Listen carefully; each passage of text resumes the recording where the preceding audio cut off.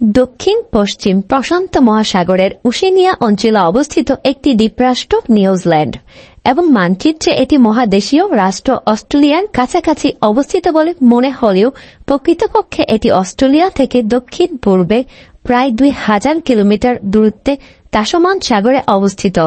ভৌগোলিকভাবে বিচ্ছিন্ন দেশ নিউজিল্যান্ডের প্রতিবেশী দেশের মধ্যে ফিজি, টুঙ্গা ও নোবেল কালেডোনি উল্লেখযোগ্য।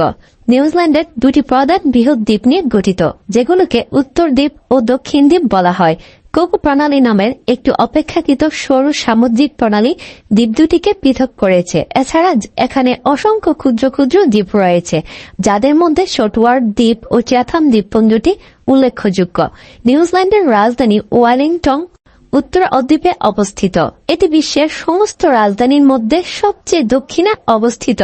নিউজিল্যান্ডের বৃহত্তম শহর অকল্যান্ড উত্তর দ্বীপে রয়েছে। নিউজিল্যান্ডের উভয় দ্বীপই পাহাড় পর্বতে ভরপুর। দক্ষিণ দ্বীপে একটি দীর্ঘ পর্বতশৃঙ্খল অবস্থিত, যার নাম দক্ষিণ আল্পস।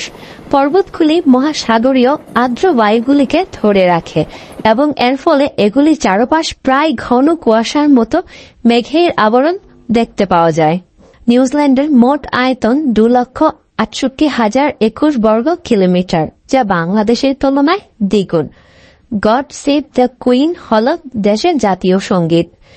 নিউজিল্যান্ড দেশটির আয়তন ও জনসংখ্যার দিক থেকে অকল্যান্ড সিটি দেশটির সবচেয়ে বৃহত্তম বাণিজ্যিক শহর। করা মোট হিসেবে 100% এর বেশি কারণে শহরের বেশিরভাগ মানুষ একাধিক ভাষা জানেন।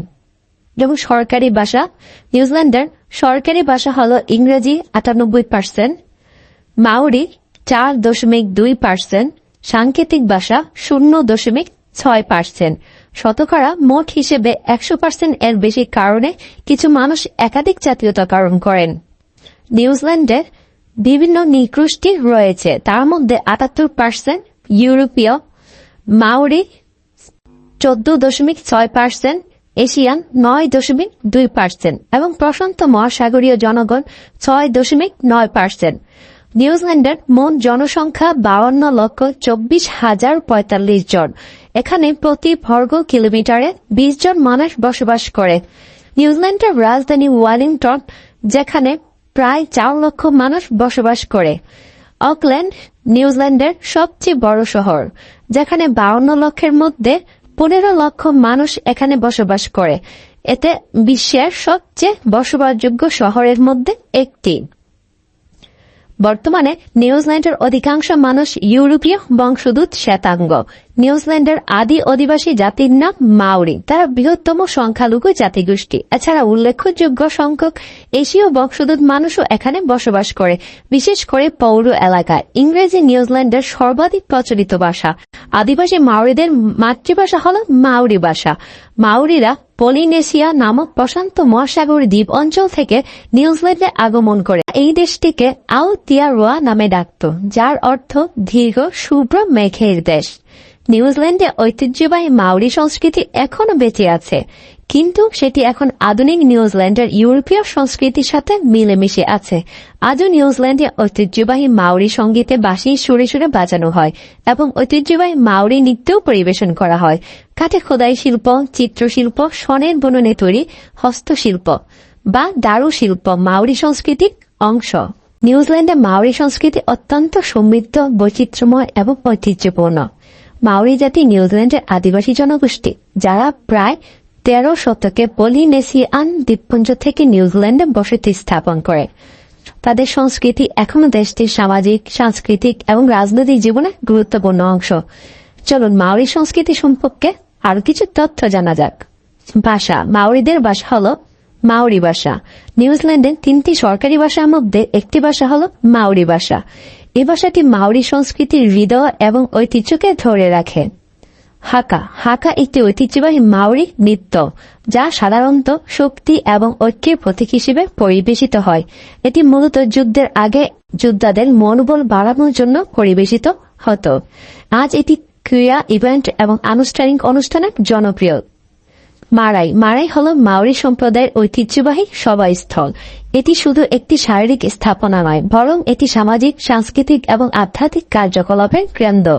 হুঙ্গি হুঙ্গি হল মাওরির স্বাগত জানানোর প্রথা, যেখানে দুই ব্যক্তি তাদের নাক ও কপাল একত্রে স্পর্শ করে। এটি হা বা জীবনের শ্বাস ভাগ করে নেয়ার প্রতীক। তাতু তাতু হল মাওরি গায়ে খোদাই করা ট্যাটু। এটি তাদের পারিবারিক ইতিহাস, মর্যাদা এবং ব্যক্তিত্বের প্রতীক। খাদ্য মাওরি খাবারে প্রচুর অপ্রভাব রয়েছে প্রাকৃতিক উপাদান থেকে। হাঙ্গি একটি ঐতিহ্যবাহী রান্নার পদ্ধতি, যেখানে খাবারের মাটির নিচে গরম পাথরে রান্না করা হয়। মাওরি শিল্পকলা মাওরি শিল্পে কাঠ, পাথর এবং হাড়ের কারুকাজ অত্যন্ত গুরুত্বপূর্ণ। তাদের নকশাগুলো প্রায় আধ্যাত্মিক এবং পৌরাণিক কাহিনীর প্রতিফলন। মাওরি পৌরাণিক কাহিনী তাদের সৃষ্টিতত্ত্ব, প্রাকৃতিক দুনিয়া এবং দেবদেবী সম্পর্কে প্রচুর কাহিনী রয়েছে। মাওই নামের একজন বীর তাদের পৌরাণিক কাহিনীর কেন্দ্রীয় চরিত্র। প্রাকৃতিক জগতের প্রতি শ্রদ্ধা মাওরি সংস্কৃতিতে প্রকৃতি এবং পরিবেশকে অত্যন্ত গুরুত্ব দেওয়া হয়। তারা বিশ্বাস করে মানুষ এবং প্রকৃতির মধ্যে গভীর সংযোগ রয়েছে।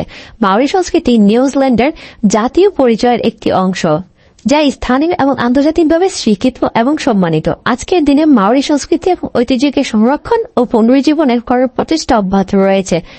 নিউজিল্যান্ডের প্রধান রাজনৈতিক দল দুইটি। বর্তমান ক্ষমতাসীন লেবার পার্টির নেতা জাসিন্ডা আর্ডার্ন দলীয় প্রধান।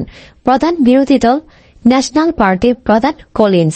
দেশটির সঙ্গে অন্যান্য দেশের সুসম্পর্ক রয়েছে। এদেশের পাসপোর্টে 112টি দেশে বিনা ভিসায় ভ্রমণ করা যায়, যা পাসপোর্ট শক্তি সূচকে 6ষ্ঠ স্থানে রয়েছে। দেশটিতে বড় আন্তর্জাতিক মানের স্টেডিয়ামের খুব ঘাটতি দেখা যায়। একমাত্র ওয়েলিংটন রিজিওনাল স্টেডিয়ামটি মূলত ক্রিকেট মাঠ। ইডেন পার্ক ও মেকলিন পার্ক মূলত রাগবি মাঠ। ল্যাংস্টার পার্ক পুনর্নির্মাণের মধ্যে চলছে। এছাড়া অন্যান্য কিছু খোলা মাঠ রয়েছে যেখানে আন্তর্জাতিক ম্যাচ অনুষ্ঠিত হয়। অস্ট্রেলিয়ার সহযোগে ক্রিকেট বিশ্বকাপ 2বার আয়োজন করেছে। 3বার মহিলা ক্রিকেট বিশ্বকাপ আয়োজন করতে চলেছে। 3বার যুব ক্রিকেট বিশ্বকাপ আয়োজন করেছে নিউজিল্যান্ড। সমাজের মধ্যে বিভিন্ন ধর্মীয় সম্প্রদায়ের উপস্থিতি লক্ষ্য করা যায়। নিউজিল্যান্ডে খ্রিস্টান, হিন্দু, বৌদ্ধ, মুসলিম, শিখ, ইহুদি এবং বেশ কিছু ধর্মীয় আন্দোলনের আবাসস্থল। নিউজিল্যান্ডের সংখ্যাগরিষ্ঠ মুসলমান সুন্নি, তবে সেখানে প্রচুর সংখ্যক শিয়া রয়েছে এবং তারা প্রধানত নিউজিল্যান্ডের সবচেয়ে বড় শহর অকল্যান্ডে বসবাস স্থাপন করে। প্রায় 700 বছর আগে পলিনেশীয় বিভিন্ন জাতি নিউজিল্যান্ডে আবিষ্কার করে ও এখানে বসতি স্থাপন করে। এরা ধীরে ধীরে একটি স্বতন্ত্র মাওরি সংস্কৃতি গড়ে তোলে। 1642 সালে প্রথম ইউরোপীয় অভিযাত্রী ওলন্দাজ আবেল তাসমান নিউজিল্যান্ডে নোঙর ফেলেন। 1800 শতকের শেষ দিক থেকে অভিযাত্রী, নাবিক, মিশনারি ও বণিকেরা নিয়মিত এখানে আসতে থাকে।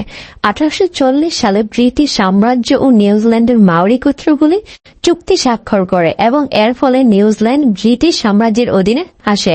মাওরিদেরকে ব্রিটিশ নাগরিকদের সমান মর্যাদা দেয়া হয়। এই সময় নিউজিল্যান্ডে ব্যাপকভাবে ইউরোপীয় বসতি স্থাপন শুরু হয়। ইউরোপীয় অর্থনৈতিক ও বিচার ব্যবস্থা আরোপের ফলে মাওরিরা তাদের বেশিরভাগ জমিজমা ইউরোপীয়দের কাছে হারিয়ে দরিদ্র হয়ে পড়ে।